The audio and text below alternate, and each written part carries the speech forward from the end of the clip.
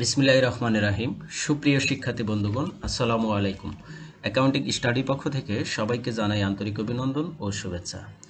HSC অথবা একাদশ দ্বাদশ শ্রেণী হিসাব বিজ্ঞান দ্বিতীয় পত্রের অধ্যায় 5 যৌথ মূলধনী কোম্পানির আর্থিক বিবরণীর পর্ব 5 নাম্বার বরিশাল বোর্ড 2017 নিয়ে আলোচনা করব।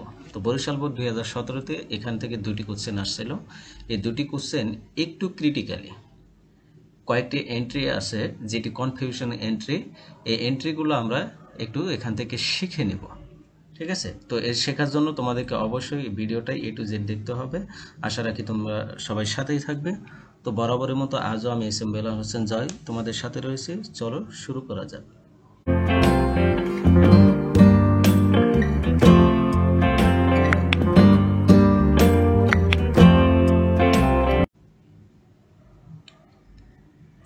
দেখো, প্রথমে প্রশ্নটা পড়ে নেব।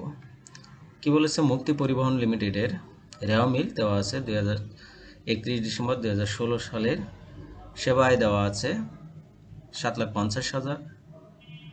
শেয়ার মূলধন প্রতিটি 10 টাকা মূল্যে 90,000 শেয়ার পণ্য পরিশোধিত। তাইলে কত হবে? 9 লাখ টাকা। অনুপার্জিত সেবা আয় দেওয়া আছে 60,000 টাকা। প্রদেয় মজুরি দেওয়া আছে 80,000 টাকা। অফিস সাপ্লাইজ দেওয়া আছে 1,80,000 টাকা। মোটর গাড়ি দেওয়া আছে 8 লাখ। অফিস সরঞ্জাম দেওয়া আছে 4 লাখ। তো পঞ্জীভূত অবচয় বলা আছে, মোটর গাড়িতে দেওয়া আছে 60,000। পঞ্জীভূত অবচয় কিন্তু ক্রেডিটই হয়, তাই না? তো ক্রেডিট পাশে দেওয়া আছে, মোটর গাড়িতে দেওয়া আছে অফিস সরঞ্জাম। এইগুলো কিন্তু মোটর গাড়ি এবং অফিস সরঞ্জাম, এটা আবার নতুন করে আবার তোমরা মোটর গাড়ি এবং অফিস সরঞ্জাম সম্পদ হিসেবে তুলনা, এটা কিন্তু পঞ্জীভূত অবচয়, ঠিক আছে? তারপর স্পেয়ার পার্টস দেওয়া আছে 3 লাখ টাকা। উপযোগ ব্যয় দেওয়া আছে 10,000 টাকা। অগ্রিম বীমা দেওয়া আছে 80,000 টাকা। আয়কর দেওয়া আছে 20,000 টাকা। 12% বিনিয়োগ 1/7/2015। 1/7/2015 আমরা অঙ্ক করতেছি 16 সালে। দ্যাটস মিন সুদ কিন্তু আর ওই 6 মাসের ধরা যাবে না, এখানে 1 বছরের সুদ ধরতে হবে। রক্ষিত আয় দেওয়া আছে 1,20,000 টাকা। তো দুই পাশের যোগফল অবশ্যই সমান থাকবে। সমন্বয় কি দেওয়া আছে দেখো, স্পেয়ার পার্টস 1,60,000 টাকা ও অফিস সাপ্লাইজ 1 লাখ টাকা চলতি বছর ব্যবহার করা হয়েছে। তাইলে স্পেয়ার পার্টস এবং অফিস সাপ্লাইজ কি করা হয়েছে? চলতি বছরে ব্যবহার করা হয়েছে। বছর শেষে অগ্রিম বীমার পরিমাণ 30,000 টাকা। তো অগ্রিম বীমা দেওয়া ছিল কত? 80,000 টাকা। তো এখানে বছর শেষে অগ্রিম বীমার পরিমাণটা দাঁড়াইলো 30,000 টাকা। দ্যাটস মিন 50,000 টাকা খরচ হয়ে গেছে। অনুপার্জিত আয় 40,000 টাকা অর্জিত হয়েছে। তো অনুপার্জিত আয় দেওয়া ছিল 60,000, এখান থেকে 40,000 টাকা অর্জিত হয়ে গেছে। মোটর গাড়ি ও অফিস সরঞ্জামের উপর বার্ষিক 10% হারে অবচয় ধরতে হবে। তাইলে ধরে নিব আমরা অবচয়। এরপর করা আবশ্যক, শেয়ার মূলধনের উপর 5% হারে লভ্যাংশ ঘোষণা করতে হবে। আয়করের জন্য 25,000 টাকা সঞ্চিতি ব্যবস্থা করতে হবে। ক নম্বর প্রশ্ন বলেছে 2 ও 3 নং সমন্বয় দফা দুটির জন্য সমন্বয় দাখিলা দেখাও। তো 2 নম্বর এবং 3 নম্বর দফাটা আমরা আগে দেখে নেব। বছর শেষে অগ্রিম বীমার পরিমাণ 30,000 টাকা। দ্যাটস মিন 50,000 টাকা খরচ হয়ে গেছে, বিমা খরচ। তো বিমা খরচ ডেবিট, অগ্রিম বিমা ক্রেডিট, 50,000 টাকা বসাইতে হবে। তারপর 3 নম্বর বলা আছে অনুপার্জিত আয় এত টাকা অর্জিত হয়েছে। তাহলে সেবা আয় ক্রেডিট, অনুপার্জিত আয় ডেবিট হবে। তো এটার অ্যান্সারটা আমরা একটু দেখে নিই। 1 নম্বরে বলেছে বিমা খরচ হিসাব ডেবিট 50,000 টাকা, কারণ অগ্রিম বীমা দেওয়া ছিল 80,000 টাকা রেওয়া মিলে, আর সমন্বয় বলা আছে বছর শেষে অগ্রিম বীমার পরিমাণ 30,000। দ্যাটস মিন 50,000 টাকা খরচ হয়ে গেছে। তো ওই খরচটাই দেখাই দিয়েছি, বিমা খরচ ডেবিট, অগ্রিম বীমা ক্রেডিট। এরপর আবার বলা আছে অনুপার্জিত সেবা আয় অর্জিত হয়েছে 40,000 টাকা। তার মানে কি সেবা আয় অলরেডি হয়ে গেছে, তাহলে সেবা আয় ক্রেডিট 40,000, আর সেটা অনুপার্জিত সেবা আয় ডেবিট হবে। ঠিক আছে, এটাই অ্যান্সার ছিল। খ নম্বর প্রশ্ন কি বলেছে আমাদের দেখতে হবে। খ নম্বর প্রশ্ন বলেছে 31 ডিসেম্বর 2016 তারিখে সমাপ্ত বছরের জন্য কোম্পানির আয় বিবরণী প্রস্তুত করো। তো এখানে সমাপ্ত বছরের জন্য কোম্পানির আয় বিবরণী প্রস্তুত করতে বলছে। তো আয় বিবরণী আমরা প্রস্তুত করব। প্রথম কি করব, আমরা সর্বপ্রথম আয় সমূহ নেব। এখানে সেবা আয় সরাসরি রেওয়া মিলে দেওয়া আছে 7,50,000 টাকা যোগ অনুপার্জিত সেবা আয়ের অর্জিত হয়েছে, যে অনুপার্জিত আয়ের অর্জিত অংশ 40,000, এটা যোগ করে দিব। ঠিক আছে, যোগ করে দিলে কত হলো? 7,90,000। এরপর বিনিয়োগের সুদ আছে 2 লাখ টাকা। 2 লাখ টাকার 12% ধরতে হবে 24,000 টাকা। আমি বারবার বলেছি কিন্তু যে এখানে বিনিয়োগের যে সুদ আছে তোমরা তারিখটা দেখে সরাসরি 6 মাসে বসাই দিও না, কারণ সালটাও দেখতে হবে, শুধু তারিখ দেখলে হবে না, সাল দেখতে হবে। এটা 15 সালে নেওয়া হয়েছে, অর্থাৎ 15 সালে জুলাই মাসের 1 তারিখে নেওয়া হয়েছে। তুমি কিন্তু 16 সালে অঙ্ক করতেছো, 16 সালে পুরা বছরেরই সুদ পাবে। তো 2 লাখ টাকা 12% কত হবে? 24,000 টাকা। তো 24,000 টাকা আয় হিসেবে আমরা দেখাই দিলাম। ঠিক আছে, তো মোট আয় হলো 8,14,000। এইবার ব্যয় বাদ দেব। তো ব্যয় উপযোগ খরচ আছে, সরাসরি রেওয়া দেওয়া আছে। স্পেয়ার পার্টস খরচ দেওয়া আছে, এটা দিয়ে দিলাম 1,60,000। সাপ্লাইজ খরচ দেওয়া আছে 1 লাখ, এটাও দিয়ে দিলাম। তারপর স্পেয়ার পার্টস খরচ, এটা কিন্তু খরচ বলা আছে, ঠিক আছে, এখানে খরচ। তারপর বিমা খরচ 50,000 দিয়ে দিলাম। অবচয় মোটর গাড়ির 10%, তাহলে 8 লাখ টাকার 10% 80,000। অফিস সরঞ্জামের 10% 4 লাখ টাকার 10% 40,000। তো ইন টোটাল ব্যয় হলো 4,40,000 আর আয় ছিল 8,14,000। তো 4,40,000 থেকে 8,14,000 থেকে 4,40,000 বাদ দিলে বের হয়ে যায় 3,74,000। এটি লিড লাভ। এখন এখান থেকে যদি তুমি কর বাদ দিয়ে দাও তাহলে কর পরবর্তী লিড লাভ হবে, আর যদি এখান থেকে না বাদ দাও তাহলে সংরক্ষিত আয় বিবরণী থেকে বাদ দিতে হবে। তো এখান থেকে ওরা এখান থেকে বাদ দিয়ে দিছে, তাইলে আয়কর সঞ্চিতিটা 25,000 টাকা মাইনাস করে দিলাম। তো আয়কর সঞ্চিতি কিন্তু এটা সমন্বয়ে দেওয়া আছে, তাই না? সমন্বয়ে এখানে দেওয়া ছিল, এই যে আয়করের জন্য 25,000 টাকা সঞ্চিতি দিতে হবে। তো এটা সরাসরি মাইনাস করে দিচ্ছি এখান থেকে। তো মাইনাস করে দিয়ে আয়কর কর পরবর্তী লিড লাভ পেলাম 3,49,000 টাকা। তো এই যে এখানে আয়কর সঞ্চিতি যে বাদ দিলাম, আমরা যখন সংরক্ষিত আয় বিবরণী করব এর পরের প্রশ্নটাতে, তখন কিন্তু আর ওই যে বন্টনের মধ্যে বা বাদ যে অংশটুকু থাকে সেখানে আয়কর সঞ্চিতি আর দেখাবো না, কারণ এখানে অলরেডি দেখিয়ে ফেলছি। এখন দেখো গ নম্বর প্রশ্ন বলছে সংরক্ষিত আয় বিবরণী তৈরি করো। তো প্রথমে সংরক্ষিত আয়ের প্রারম্ভিক উদ্বৃত্ত 1,20,000 রেওয়া মিলে দেওয়া ছিল, যোগ চলতি বছরের নেট লাভ, ওই যে নেট লাভ যে কর পরবর্তী আসলো 3,49,000, এটা যোগ করে দেব।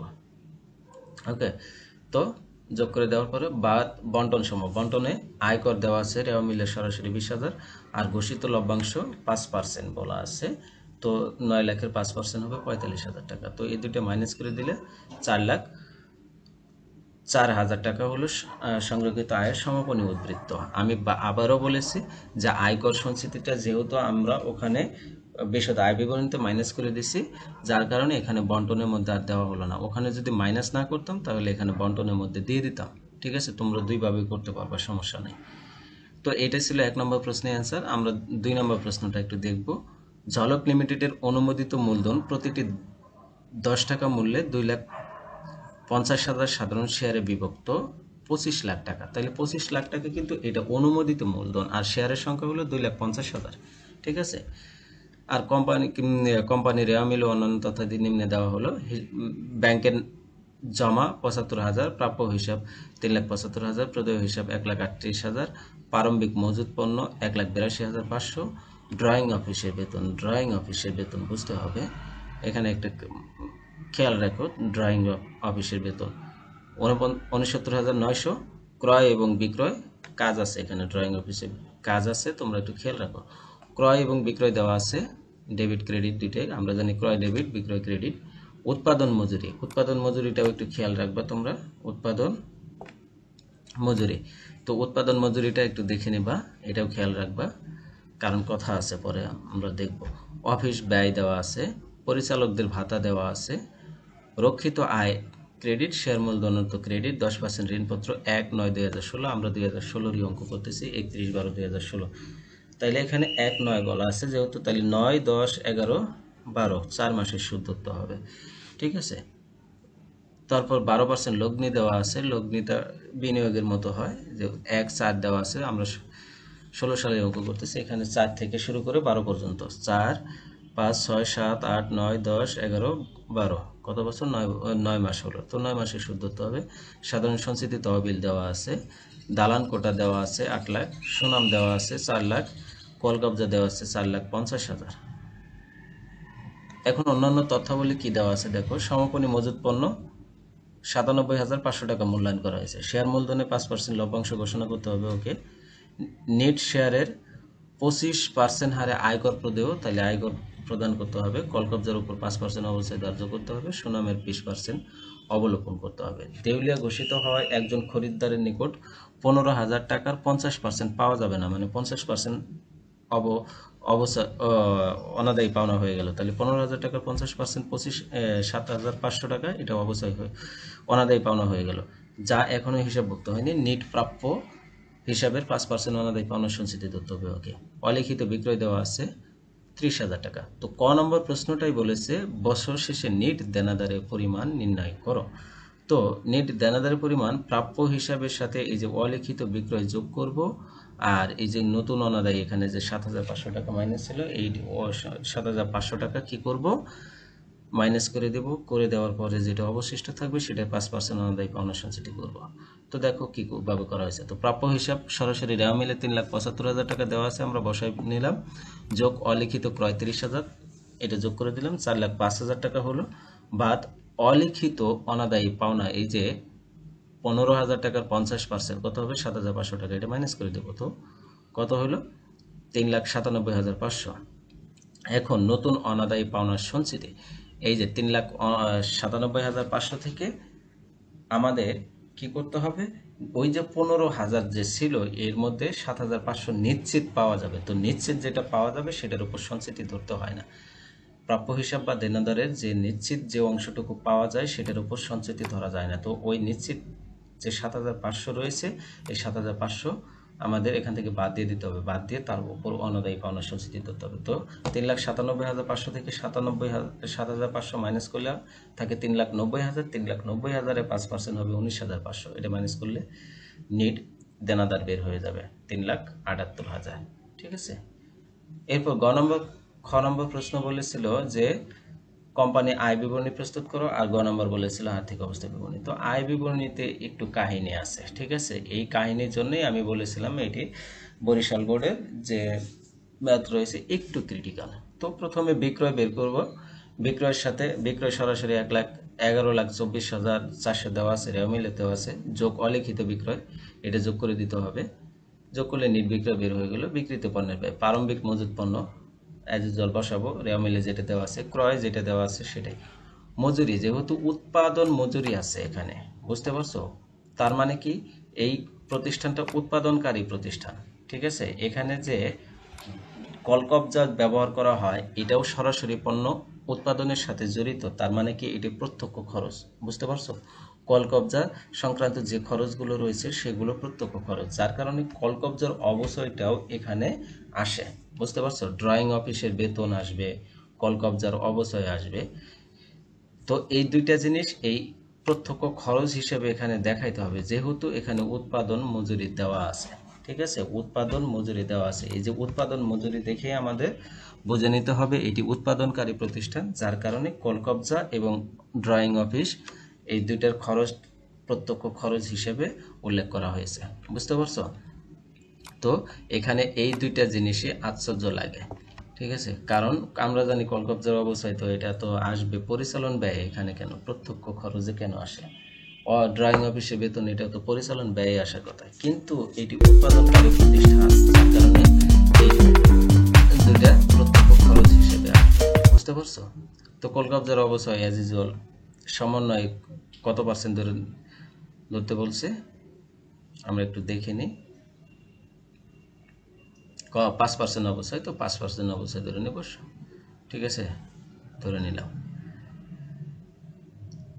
তো সব যোগ করে সমাপনী মজুত পণ্য মাইনাস করে দিলাম।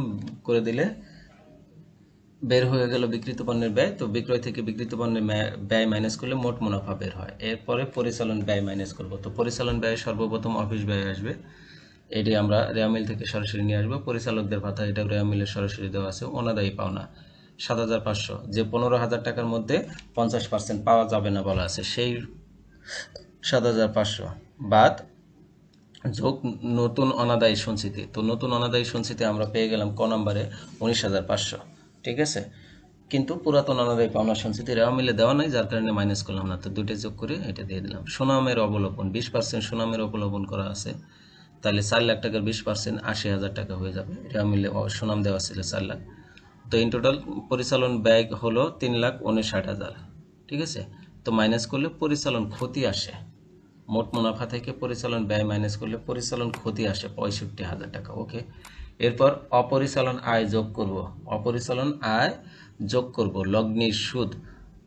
তো লগ্নিতে এখানে একটু কাহিনী আছে, যেহেতু আমি একটু কাহিনীটা দেখাই দিই। এখানে সুদ বলা আছে লগ্নি, তো 1/4/2016, দ্যাটস মিন 4 থেকে 12 পর্যন্ত কত 9 মাস হবে। তো এই 4,50,000কে 12% করব, করে 12 দিয়ে ভাগ করে 9 দিয়ে গুণ করলে যে টাকাটা হবে সেটা। আবার ঋণপত্রের সুদের ক্ষেত্রেও তাই ওইভাবেই করব। এটাতে 9 থেকে 12 পর্যন্ত 9, 10, 11, 12 4 বছর 4 মাসের সুদ ধরতে হবে। তো 3,60,000 টাকা থেকে টাকাকে 10% করে 12 দিয়ে ভাগ করব, 4 দিয়ে গুণ করব। ঠিক আছে, এভাবে করে নিব, করে নিলে হয়ে যাবে। তো এখানে দেখো আমরা এইভাবে করে নিলাম।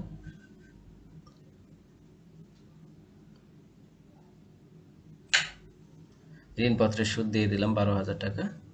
তো হয়ে গেল। এটা এখন 65,000 থেকে এইটাও যেহেতু এইটা যোগ করে দিলাম, এটা মাইনাস করে দিলে মাইনাস 36,500 টাকা আসে কর পূর্ব নিট ক্ষতি।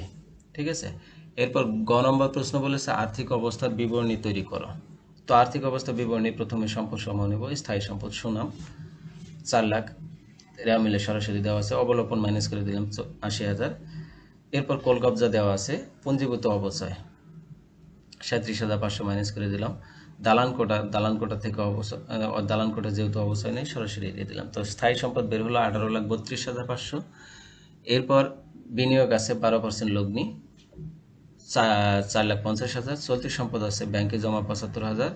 প্রাপ্য হিসাব নিট প্রাপ্য হিসাব বা নিট দেনাদার আমরা ক নাম্বারে পেয়ে গেছি, এখানে আর এত ক্যালকুলেশন করার দরকার নেই, সরাসরি দিয়ে দেবো ক হতে প্রাপ্ত লিখে 3,78,000। তারপর সমাপনী মজুত পণ্য সমন্বয় দেওয়া আছে। লগ্নির অনাদায়ী সুদ দেওয়া আছে। আমরা লগ্নির অনাদায়ী সুদ বিশদ আয় বিবরণী করে নিয়েছিলাম, ওটি তো এখানে আসবে।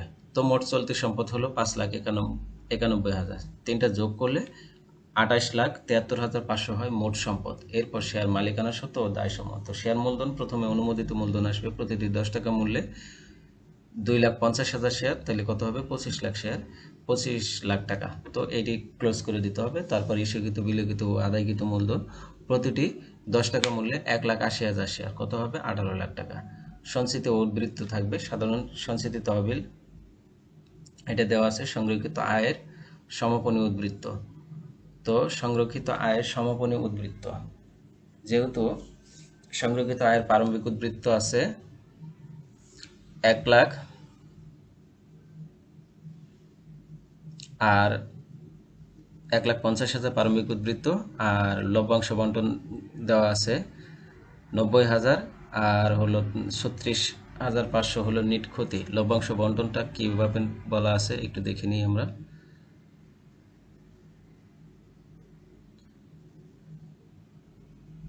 এই যে নিট শেয়ারে 25, এই যে শেয়ার মূলধনে 5% লভ্যাংশ ঘোষণা। ঠিক আছে, তো শেয়ার মূলধন আছে 18 লাখ, 18 লাখে 5% হবে 90,000। তো 90,000 মাইনাস করে দিব, এই জন্য এখানে এইভাবে দেখাইছে।